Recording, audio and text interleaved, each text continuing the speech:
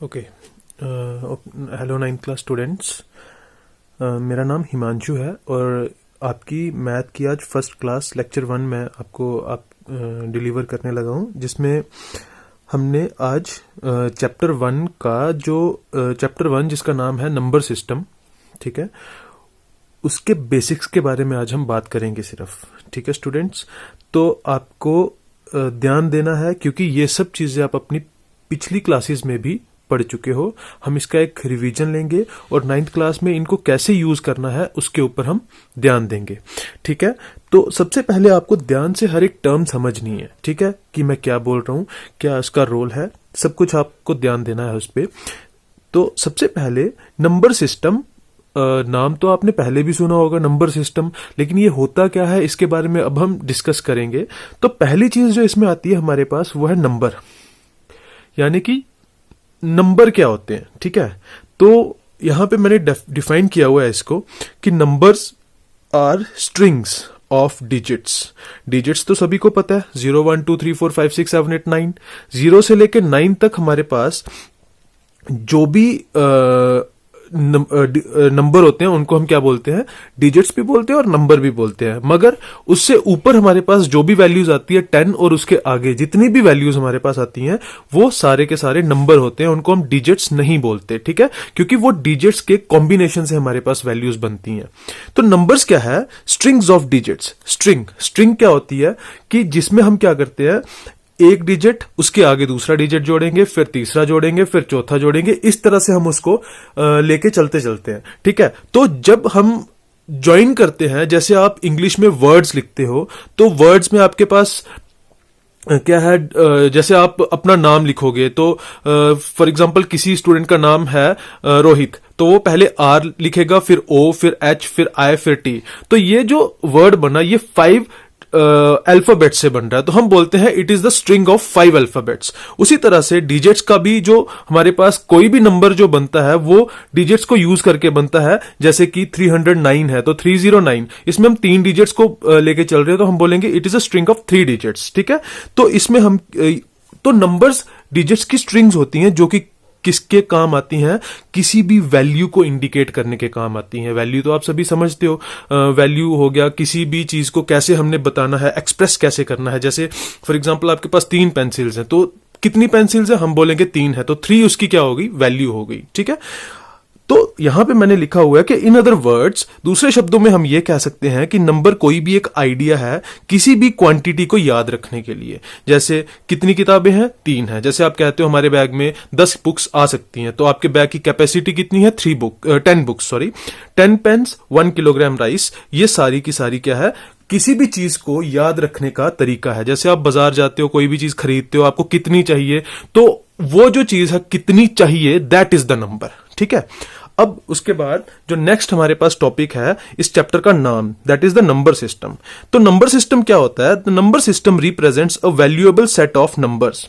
Number system किसको represent करता है, एक नंबर्स के सेट को रिप्रेजेंट करता है, that consist of natural numbers, whole numbers, rational numbers, irrational numbers and real numbers. जो किससे जुड़ा हुआ है, natural numbers, whole numbers, rational, irrational और रियल नंबर्स। तो यहां से अब आपको समझना है कि क्या इनका मतलब है।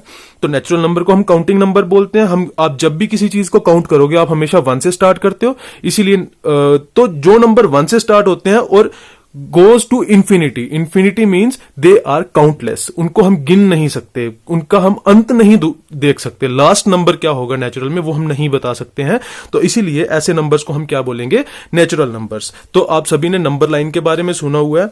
जैसे कि यहां पे मैं एक नंबर लाइन लूंगा, आप सभी बच्चों ने अपनी छोटी क्लासेस में पढ़ा हुआ है कि बीच में हमारे पास नंबर लाइन में एक 0 आता है। 0 के इस तरफ सिर्फ और सिर्फ पॉजिटिव नंबर्स होते हैं और इस तरफ सिर्फ और सिर्फ नेगेटिव नंबर्स होते हैं।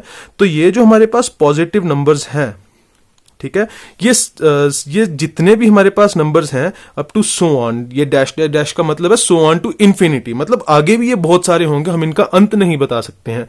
ऐसे नंबर्स जो नंबर लाइन पे 0 के राइट साइड पे हमें देखने को मिलते हैं, ऐसे नंबर्स को हम क्या बोलेंगे, 0 के राइट साइड पे एग्जैक्टली देखने को मिलेंगे, ऐसे नंबर्स को हम क्या बोलते हैं, नेचुरल नंबर्स बोलते हैं। ठीक है, उसके बाद हमारे पास नेक्स्ट है whole numbers. These numbers start from 0 and goes to infinity. Simple है कि ये नंबर 0 से स्टार्ट होंगे और कहां तक जाएंगे, इंफिनिटी तक जाएंगे।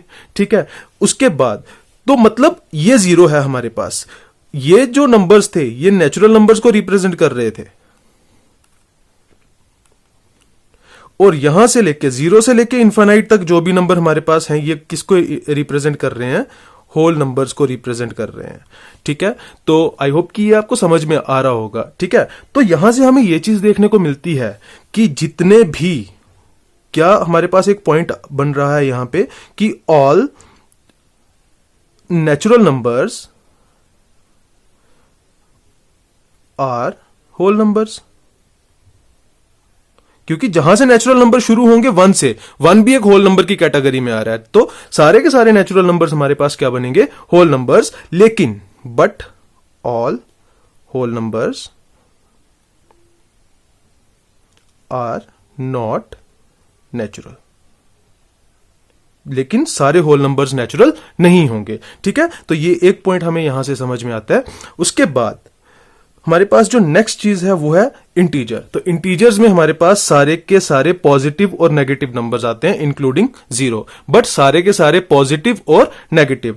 तो यानी कि पॉजिटिव तो हो गए 0 के साथ आगे वाले नंबर्स, राइट साइड वाले, लेकिन इंटीजर्स में लेफ्ट साइड वाले भी सारे नंबर्स हमारे पास इंक्लूड होंगे। ठीक है, तो यहां पे हमारे पास एक और पॉइंट हमें समझ में आ रहा है कि इंटीजर में नेचुरल भी आ रहे हैं, होल भी आ रहे हैं, और उसके साथ नेगेटिव नंबर्स भी आ रहे हैं। तो हम ये कह सकते हैं कि all natural and whole numbers are integers,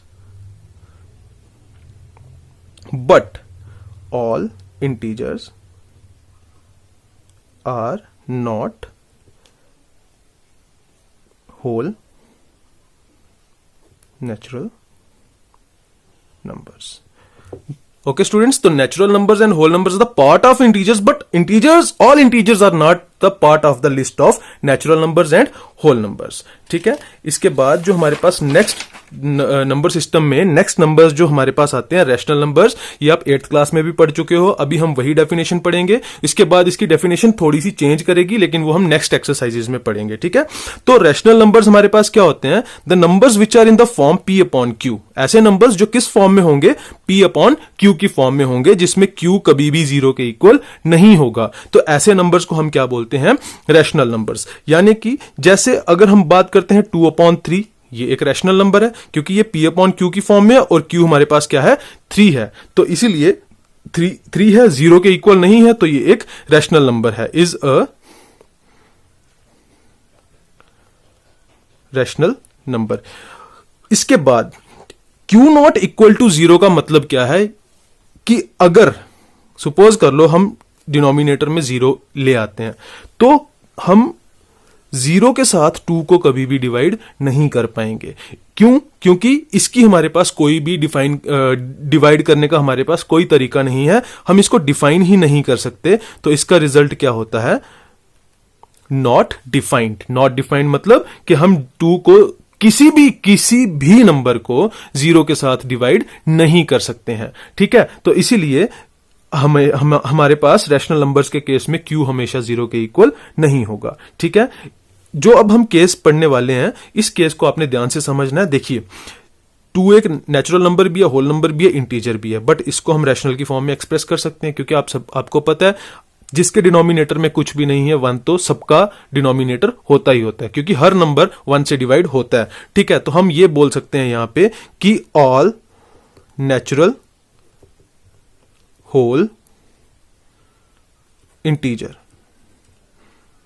are rational numbers, but all rational numbers are not natural whole integer. ठीक है, तो ये चीज आपको ध्यान देना है इस चीज पे।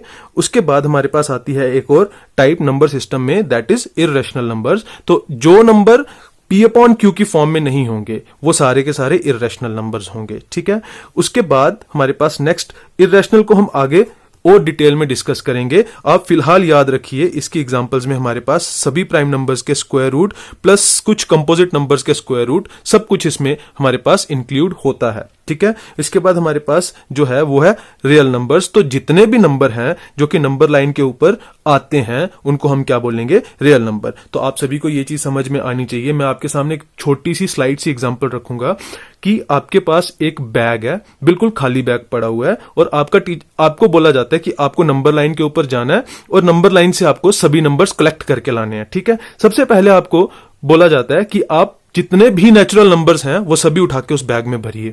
आप जीरो के राइट साइड वाले सभी नंबर्स को उठाते हो, बैग में भर देते हो, ठीक है, लेकिन नेचुरल को सिर्फ। उसके बाद होल नंबर को बैग में डालने के लिए बोला जाता है, तो आप देखते हो सिर्फ जीरो बचा है तो आप जीरो को डालते हो, अब बैग में सारे के सारे होल नंबर्स हो गए। फिर आपको इंटीजर्स डालने के लिए बोला जाता है, तो आप लोग सभी नेगेटिव नंबर्स को भी उस बैग में भरोगे, तो आपके पास उस बैग में अब सारे के सारे क्या हो गए, इंटीजर। मगर फिर भी जब आप नंबर लाइन के ऊपर नजर लगाओगे तो नंबर लाइन में फिर भी बहुत सारे और नंबर्स आपको देखने को मिलेंगे। कुछ पी अपॉन क्यू की फॉर्म में होंगे, कुछ स्क्वायर रूट की फॉर्म में होंगे, ठीक है। तो फिर से आप क्या करोगे, पी अपॉन क्यू फॉर्म वाले नंबर्स को भी उस बैग में डालोगे। तो अब उस बैग में सारे के सारे कौन से नंबर्स हो चुके हैं, रेशनल नंबर्स हो चुके हैं। अब उन रेशनल नंबर्स के अलावा भी आपको नंबर लाइन पे और बहुत सारे नंबर्स मिल रहे हैं। अब वो सारे के सारे नंबर्स कौन से होंगे, इररेशनल नंबर्स होंगे। आप जब सभी नंबर्स को, इररेशनल को भी उठा के उस बैग में भर दोगे तो लास्ट में आपकी नंबर लाइन बिल्कुल एम्प्टी हो जाएगी और आपके बैग को हम बोलेंगे it is a bag of real numbers. Real means that are existing, okay, in the real world, ठीक है। तो ये हमारा फर्स्ट टॉपिक है, बेसिक डेफिनेशंस। मैंने इसमें आपको इवन नंबर्स, ऑड नंबर्स के बारे में बिल्कुल भी नहीं बताया क्योंकि अभी हम उनके बारे में पढ़ेंगे नहीं, और मेरे ख्याल से आपकी बेसिक क्लासेस में से ये चीजें आप पढ़ते आ रहे हो, तो आई होप कि उनके बारे में आपको पहले से नॉलेज होगा। ये सब हम आपके इस चैप्टर में पढ़ेंगे, इसीलिए मैंने आपको ब्रीफ में ये सब समझा दिया है। जिस बच्चे को कोई डाउट होगा आप कमेंट में लिख सकते हो, कोई नया आइडिया इनके बारे में, कोई नई डेफिनेशन होगी आप मुझे कमेंट में लिखिए। मैं आपके कमेंट को डेफिनेटली कंसीडर करके तो उसको अपनी वीडियो में दोबारा से अपलोड करूंगा। Thank you.